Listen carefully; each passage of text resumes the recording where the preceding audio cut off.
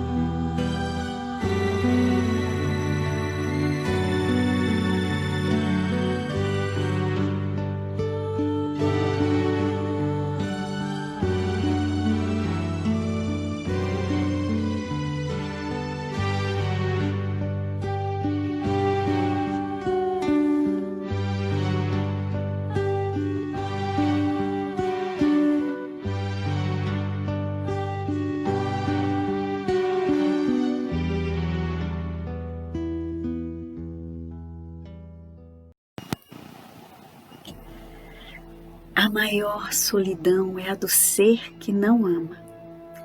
A maior solidão é a da dor do ser que se ausenta, que se defende, que se fecha, que se recusa a participar da vida humana. A maior solidão é a do homem cerrado em si mesmo, do absoluto de si mesmo, o que não dá a quem pede, o que ele pode dar de amor, de amizade, de socorro. O maior solitário é o que tem medo de amar, o que tem medo de ferir e ferir-se, o ser casto da mulher, do amigo, do povo, do mundo. Esse queima como a lâmpada triste, cujo reflexo entristece tudo em seu entorno. Ele é a angústia do mundo que o reflete. Ele é o que se recusa às verdadeiras fontes da emoção, as que são um patrimônio de todos e, encerrado em seu duro privilégio, semeia pedras do alto em sua fria e desolada torre. Com essa poesia de Vinícius de Moraes, nós cumprimentamos mais uma vez a vocês, queridos amigos, queridos irmãos, em mais uma semana neste programa Caminhos de Autoiluminação. Sintam-se todos abraçados, acolhidos, ainda que virtualmente, para que nós, apesar de tantos desafios, possamos nos encontrar em paz. Nesse instante em que todos nós somos convocados a essa grande prova de resistência emocional, psicológica, resistência de fé, nós nos propomos hoje a refletir sobre um fenômeno que tem acontecido e agora com muito mais proeminência no mundo, que é a experiência da solidão. Quantas criaturas no entorno do planeta estão hoje experienciando esse momento de solidão, uma solidão forçosa, sim, porque se muitos tivessem o poder de escolher, não estariam solitários. Mas o exercício, o desafio dessa pandemia convocou a todos a experienciar esse momento de estar consigo mesmo. Para muitos tem sido momentos muito desafiadores e difíceis também. Por isso que nós vamos tentar trazer algumas reflexões de teóricos no campo da psicologia e também da psicologia espírita de Joana de Ângeles, para que a gente possa alargar os nossos entendimentos a respeito dessa experiência. A solidão que foi decantada, que foi transformada em poesia, em música, em arte por muitos. Joana de Ângeles, por exemplo, nos diz, no seu livro Atitudes Renovadas, que na Grécia Antiga, Aristóteles costumava dizer que Platão e Sócrates era visitado por sentimentos de nostalgia e de tristeza, e na solidão, muitos deles se sentiam motivados a compor, a escrever, a ter momentos de grande e profunda inspiração. Nietzsche, por exemplo, que tanto falou a respeito da experiência da solidão, vai nos dizer que nós, criaturas humanas, temos essas dificuldades de desfrutar dessa companhia de si mesmo. Sartre vai dizer em uma das suas falas que se a experiência da solidão nos causa estranheza ou desconforto, significa dizer que você está em péssima companhia. Sartre, de uma forma irônica, queria dizer que se você não é capaz de suportar a sua própria presença, como pode então, de repente, convencer alguém que você é uma agradável companhia? Mas nós sabemos que, a partir dessa experiência da pandemia, muitos de nós, convocados forçosamente a essa solidão, temos nos encontrado em sofrimento, em muito sofrimento, porque muitos não estavam acostumados a viver esse exercício do autoencontro. Estávamos desabilitados, então natural que haja um sentimento de verdadeira estranheza e desconforto em relação a si mesmo. Mas a grandiosidade dessa experiência está em extrairmos disso tudo grandes e importantes aprendizados. Há quem lide com a solidão de forma muito tranquila, né? Há quem viva uma solidão voluntária. Quantas pessoas vivem há anos em suas casas, seus apartamentos, ou em sítios, fazendas, em locais longínquos das demais pessoas e que administram muito bem isso. Talvez essa experiência não tenha sido tão impactante, ou tenha possibilitado o exercício de outras possibilidades, porque ainda que seja uma solidão voluntária, nos permitia, no caso a essas pessoas, transitar por entre determinados locais, eventualmente terem contato com outros, mas essa solidão forçosa vem nos colocar numa condição muito desafiadora para muitos de nós.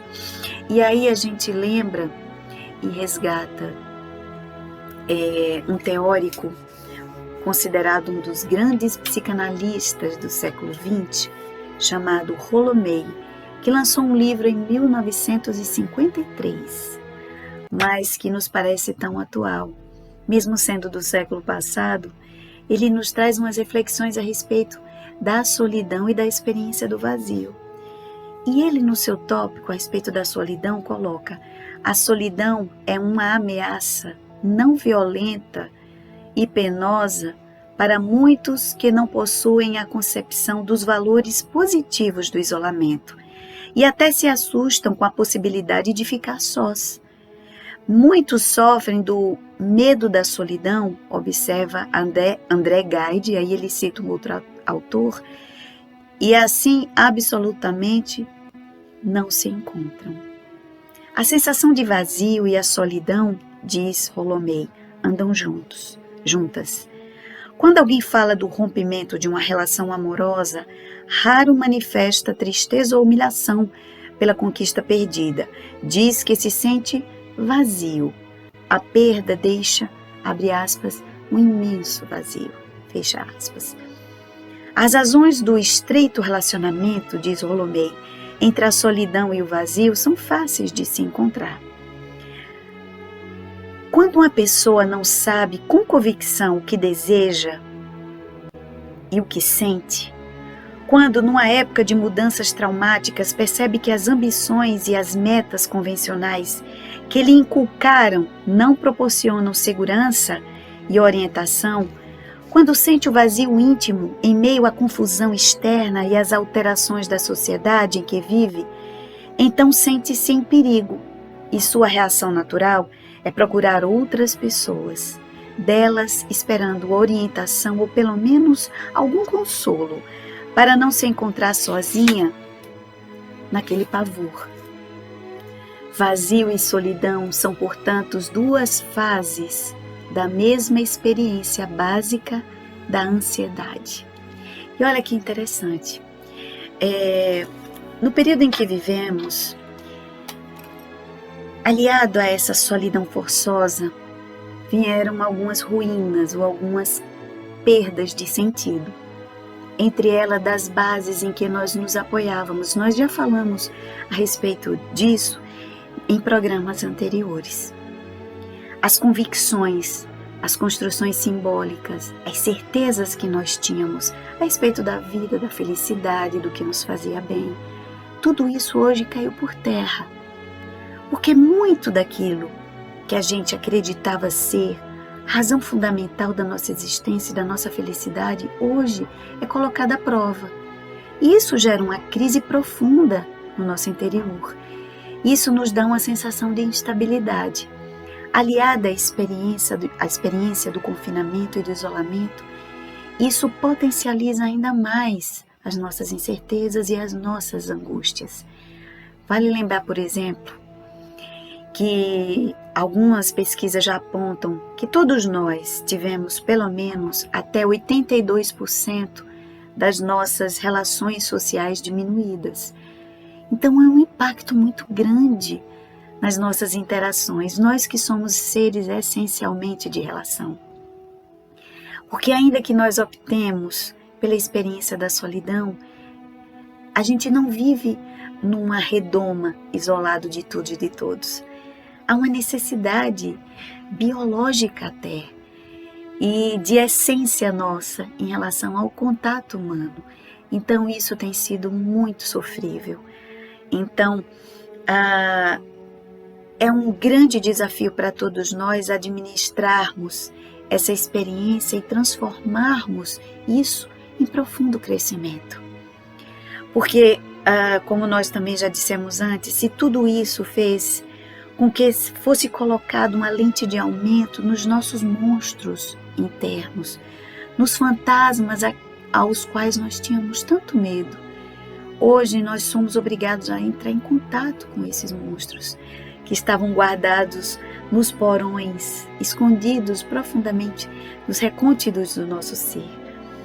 Então, na realidade, o convite é para que tenhamos coragem de abraçarmos a nós mesmos, de nos enxergarmos, de olharmos para as nossas verdadeiras essências, para isso que representa aquilo que essencialmente nós somos. E aí, mais adiante, Rolomei, a respeito dessa experiência da solidão, no seu livro O Homem à Procura de Si Mesmo, ele vai nos dizer que toda a história do homem é um esforço para destruir a própria solidão. Mais adiante ele aponta a ânsia pela proximidade dos outros não é também um simples desejo de preencher o vazio interior, embora esta seja com certeza uma faceta da necessidade de companheirismo humano, de quem se sente ansioso. O motivo mais fundamental é que o ser humano adquire sua primeira experiência do self no relacionamento com seus semelhantes. E quando este está sozinho, desligado das outras pessoas, teme perder essa experiência. É como se fosse assim: essencialmente nós precisamos do outro para nos identificar como sujeito, como pessoas. Quão importante é o reconhecimento de si mesmo, por exemplo, a partir do olhar do outro, né? Há quem diga, as pessoas, as mulheres essencialmente se arrumam para serem observadas por outras mulheres, para serem admiradas pelos outros. Mas em essência, nós buscamos esse olhar de reconhecimento nas pessoas. E nesse momento em que nós estamos distantes dos nossos afetos, fisicamente, em que não podemos nos tocar, em que nós somos intermediados, né? O nosso olhar, sobretudo, é intermediado pelas mídias, pelas tecnologias, né? Os nossos contatos são intermediados pelas tecnologias, ainda que diminua um pouco. Essa sensação de vazio e de solidão não é a mesma coisa que o contato humano. Mas se nós pararmos para pensar, nós já vivíamos momentos de imensa solidão. Porque tínhamos o afã de acreditar na ilusão de que estávamos conectados e isso já nos bastaria. De nos comunicarmos afetivamente mandando emojis ou frases simples, que isso nos preencheria.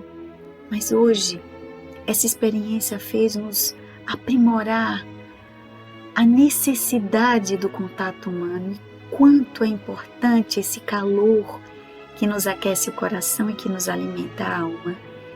É um exercício que nós estamos tendo de reavaliarmos a importância do contato humano. Lembremos, por exemplo, que nós há muito tempo não nos olhávamos direito. Éramos intermediados pelos smartphones, né? Pelos celulares. Então nós tínhamos quase que perdido o exercício do olhar nos olhos. Os olhos que são o espelho da alma, que reflete o que nós estamos e o que nós representamos em essência. Hoje eu costumo dizer, ironicamente, quando nós temos a metade do rosto coberto por uma máscara, hoje são os olhos que saltam. Nós estamos hoje tendo que reaprender a nos olhar nos olhos e a identificar as expressões humanas, as expressões da alma através do olhar. Mas ainda voltando sobre a importância de nós olharmos, encararmos essa experiência da solidão e transformar a experiência da solidão em solitude. Por quê? Nós vamos ver isso em Joana de Ângeles, que a solitude é a experiência da solidão sem sofrimento. No seu livro O Homem Integral, Joana de Ângeles vai nos falar, por exemplo, que no homem moderno, ainda campeia o medo da solidão. E aí ela coloca que ainda campeia esse medo da solidão numa demonstração caótica de instabilidade emocional deste homem que parece haver perdido o rumo e o seu próprio equilíbrio. Mas aí ela coloca: o silêncio, o isolamento espontâneo são muito saudáveis para o indivíduo, podendo permitir-lhe reflexão, estudo e autoaprimoramento, revisão de conceitos perante a vida e a paz interior. O sucesso decantado como forma de felicidade é talvez um dos maiores responsáveis pela solidão profunda. Olha só o que Joana coloca. O sucesso decantado como forma de felicidade é talvez um dos maiores responsáveis pela solidão profunda. E mais adiante, ela aprofunda. Os campeões de bilheteria nos shows, nas rádios e televisões e cinemas, os astros invejados, os reis dos esportes, dos negócios, cercam-se de fanáticos e apaixonados, sem que se vejam livres da solidão. A neurose da solidão é doença contemporânea que ameaça o homem distraído pelas conquistas dos valores de pequena monta, porque transitórios. É como se ela quisesse dizer, na verdade, o homem já era solitário, porque projetava sua vida e sua felicidade em distrações momentâneas, superficiais, que lhe davam uma falsa sensação de que estava preenchido, pleno. E hoje, retirados esses mecanismos e esses brinquedinhos, nos sobrou essa sensação de incerteza, de vazio, mas na realidade é a oportunidade para a gente colocar à prova e fazer as revisões necessárias daquilo que realmente e que verdadeiramente nos preenche. E aí mais adiante ela diz: o homem solitário, todo aquele que se diz em solidão, excesso nos casos patológicos, é alguém que se receia encontrar, que evita descobrir-se, conhecer-se, assim ocultando a sua identidade na aparência de infeliz, de incompreendido e de abandonado. O medo da solidão, portanto, deve ceder lugar à confiança nos próprios valores, mesmo que de pequenos conteúdos, porém significativos para quem os possui.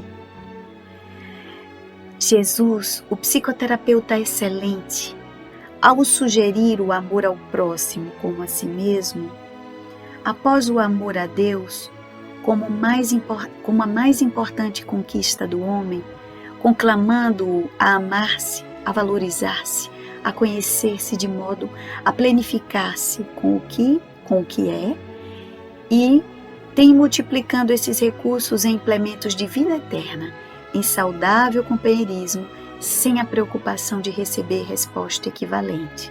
O homem solidário jamais encontra-se solitário.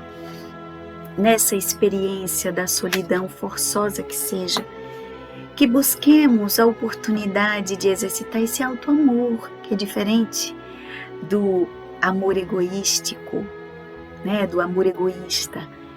Algumas pessoas dizem: olha, nessa experiência eu tenho sentido tanta desmotivação, me falta até motivação para me levantar, para tomar um banho, para mudar uma roupa, para tirar um pijama.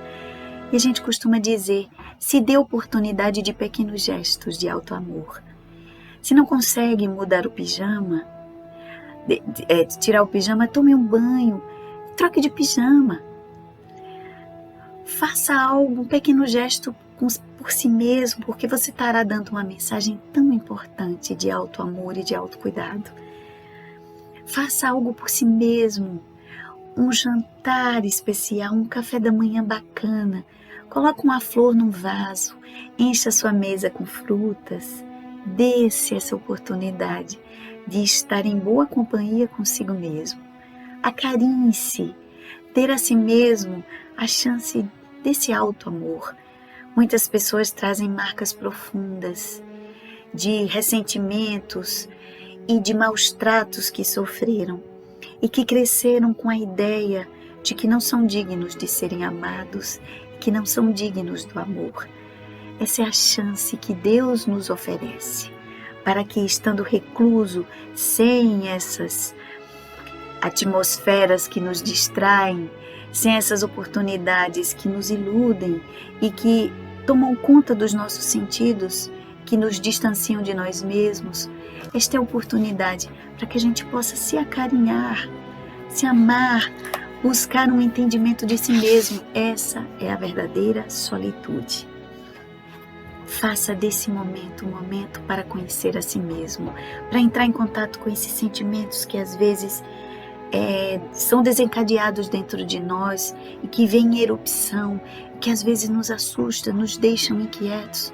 Acolha, veja o que esses sentimentos querem te dizer, porque dirão muito profundamente sobre você mesmo.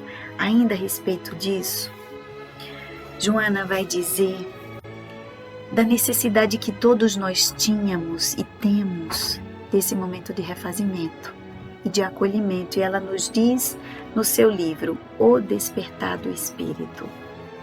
O ser psicológico necessita sim de espaço mental para encontrar-se, de reflexão serena e de avaliação de conduta, mediante uma análise cuidadosa de si mesmo, que somente faz-se possível na solitude.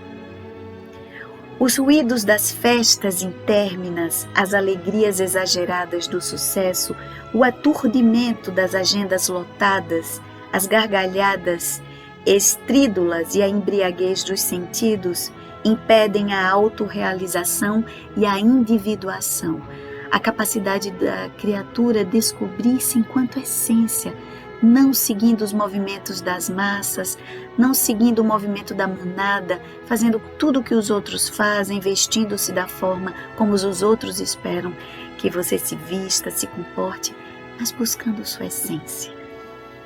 Ante a impossibilidade de encontrar esses momentos preciosos para a solitude na movimentação do cotidiano, no retorno a uma vida simples, que permita a descontração, o relaxar dos sentidos, o reencontro com a beleza espontânea da vida e, em a natureza, constitui preciosa terapia para o discernimento que vai conduzi-lo à autorrealização. Mais adiante ela nos diz a inevitabilidade do recolhimento interior. Inevitabilidade, ou seja, Joana de Ângeles aqui está nos apontando que é uma necessidade imperiosa o recolhimento interior. Então, esse recolhimento interior, essa inevitabilidade, nos coloca em condição de nos encontrarmos a sós, em silêncio, e deve constituir um processo terapêutico valioso e urgente para libertar a criatura do aturdimento que a tomba. A falta de tempo para a autorrealização conduz à ansiedade responsável pela insatisfação e, posteriormente, ao transtorno comportamental correspondente. Como providência terapêutica, todos devem afastar-se por algum tempo do contubérnio em que se encontra detido, refazendo caminhos de pensamentos, revitalizando disposições para o trabalho, para a família e a sociedade, auto-encontrando-se. Ou seja, é uma necessidade de saúde emocional. Então é a oportunidade que nós estamos tendo de desacelerar, porque vivíamos um tempo sem tempo. Um tempo onde não cabia esse processo de autorrevigoração e que só nos é possível a partir desse silenciamento. Nós sabemos que para muitos está sendo uma experiência de estranheza, de desconforto, mas tenha paciência, tenha calma, aceite essa oportunidade para redescobrir aquilo que essencialmente lhe faz bem. Nós costumamos dizer para algumas pessoas que aproveita para revisitar as tuas memórias, aquelas memórias agradáveis. Nós temos dito aqui muitas vezes, o que elas enternecem os nossos corações. Aproveita para observar sentindo e sentir se observando. observando o colorido dos seus pensamentos. Eles tendem a ser mais trágicos, mais autodepreciativos, porque isso nos dá direcionamentos de onde nós estamos indo, para onde nós estamos indo. Então, aproveitemos essa oportunidade tão rica e usemos as experiências desse isolamento, desse refúgio interior para crescer. Quantos mestres no passado recolhiam-se de tempos em tempos para esse encontro consigo mesmo. Outros mais próximos, da nossa realidade, como Gandhi, Madre Teresa, eram encontrados em recolhimento, que pudesse ser interpretado como meditação, como oração, que são momentos deste encontro consigo e desse encontro com o sagrado, que para nós é tão inspirador. Perdemos o hábito, é verdade, mas nós podemos resgatá-los. Podemos sim, basta que estejamos disponíveis para isso. Se nós não podemos, como Joana nos recomenda, buscar essa solicitude num lugar sossegado, ou à noite no céu estrelado, ou à beira de uma praia, se nós não podemos ter esse contato, para alguns, que possamos buscar esse recolhimento interno, usarmos os nossos pensamentos para criarmos essas paisagens mentais tranquilas, porque dormita dentro de nós essa paz, porque Deus habita em nós. Jesus já havia nos dito, o reino dos céus está dentro de vós. Então, nós lembramos de um poema que fala um pouco sobre isso, sobre essa oportunidade desse crescimento interior. E ele traz a fala de Clarice Lispector. Nós vamos trazer um trecho que nos diz: que minha solidão me sirva de companhia, que eu tenha coragem de me enfrentar, que eu saiba ficar com o nada, e mesmo assim me sentir como se estivesse plena de tudo. Sozinho, em inglês, significa alone. Alone. E se a gente separar a palavra, já nos lembrava